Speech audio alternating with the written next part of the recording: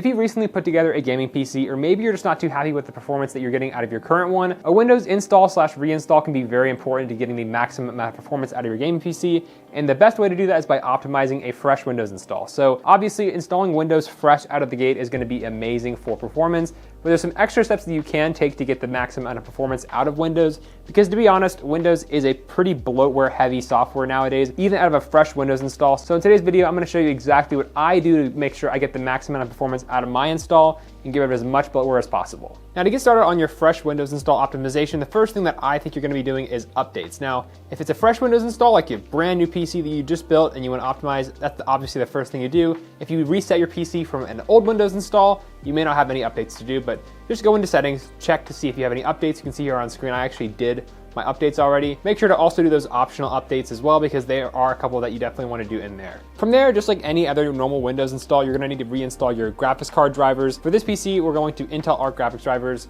and it's usually the first thing that pops up, and you just download and follow suit to whichever GPU that you normally have. NVIDIA, you just download the NVIDIA app, and then for AMD, you would install AMD drivers or Adrenalin Edition for the software. Once that's installed, then you're pretty much good to go on to the actual optimizations. Once your updates are done, your drivers are installed for your graphics card, the next thing I like to do is go and do startup apps, and this is just an easy way to remove some of the things that are starting up every time you actually turn on your PC. Now, if you're not using Microsoft Edge, you normally turn that off. I turn off OneDrive, I turn off Teams, and then Xbox is usually off. And once these startup apps are uninstalled, I'll also go in and do an extra step, and I'll go ahead and remove programs. And basically what this does is it basically just shows you everything that is installed out of the gate on a Windows 11 install. And as you can see, there's quite a lot of stuff actually installed on here you don't really need.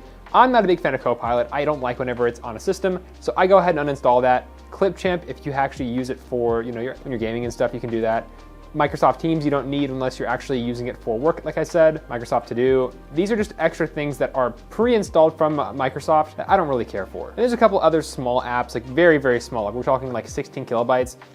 Unless you really want to, you can remove them, but I usually just don't. Those are the main things. If you really wanted to, you can remove OneDrive. Apps are looking good to go. The next thing that I'm going to be doing is checking your device manager. Now what this does is it actually shows you any potential things that are not installed onto the device when you install a fresh install of Windows. So for instance, like we have some unknown device errors right here, and then an NF12C slave device. It's definitely a weird one, but I think it's because we have an Intel graphics card. So what we're gonna do here to get rid of those items is you're gonna go to System Information, and you're gonna look at the system model, and that's gonna be actually your motherboard that you have. If you know your motherboard, all you have to do is go on to Edge or Google Chrome or wherever you wanna search it up at, and you're gonna type in your motherboard, B650M Pro RS drivers.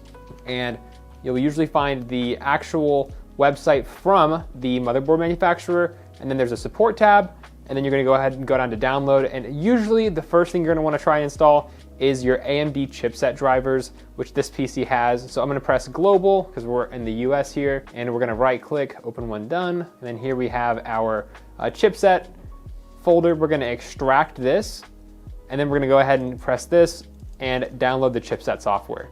And chipset software just is basically extra software for your CPU to unlock its full performance. Sometimes this comes pre-installed, sometimes it doesn't. So when you are looking and setting up and optimizing your PC, just make sure that you have your device manager list completely clear without any errors, just to make sure your PC is running as good as possible. And if you do have any issues or a weird device manager error in your PC that you don't know how to solve, comment it down in the comment section down below, and I should be able to help you out in trying to tell you which one you should probably try and download on your specific motherboard. With the chipset drivers now installed, our unknown devices are no longer here. The only thing that's left is the NF12C slave device. Now, this is usually like an Intel Arc card only thing, so you usually won't have to see this whenever it pops up in your device manager, but if you do, so essentially all you have to do is actually download the motherboard's RGB software so you can actually control the lighting and get your RGB on the graphic card setup.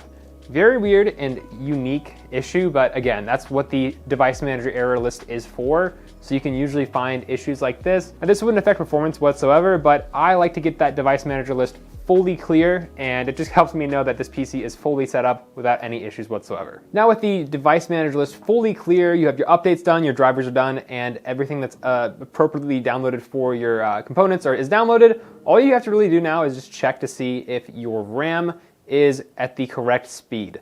Now, sometimes they auto overclock in the BIOS, sometimes they don't, but a lot of the times they don't. So essentially what you have to do If you see your speed here is lower than the actual clock speed of what you bought your RAM at, then you definitely need to go into the BIOS and activate that overclocking setting. All you're gonna do is press restart down here on the bottom, and then once that black screen flashes, you're just gonna be starting to spam the delete key on your keyboard. So I'm gonna go ahead and start doing that. So whenever you enter into the BIOS after spamming the delete key, you are going to usually find an easy mode and an advanced mode section of your BIOS. For the easy mode, I recommend just being in easy mode, honestly, because you can usually just find the DRAM information, and it's usually one click of a button here. This one's set to auto. I went ahead and changed it to Expo because this is an AMD system, and AMD systems use Expo. So that's set to the correct Expo profile. So we know we're getting the maximum amount of performance out of our RAM. So I'm just gonna press Escape.